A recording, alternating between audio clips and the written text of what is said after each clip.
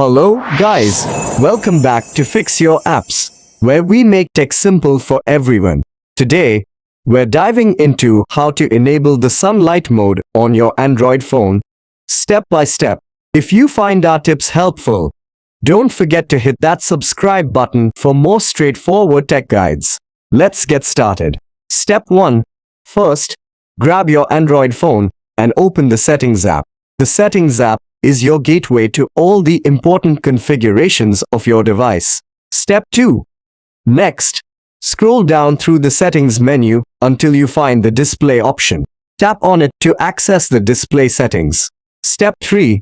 In the Display Settings menu, look for the Brightness Level option and tap on it. Step 4. Within the Brightness Level settings, you will see the option to disable Sunlight mode. Step 5. Finally, tap to enable the Sunlight mode option. This mode will enhance your screen's brightness and visibility when you're outside in bright sunlight.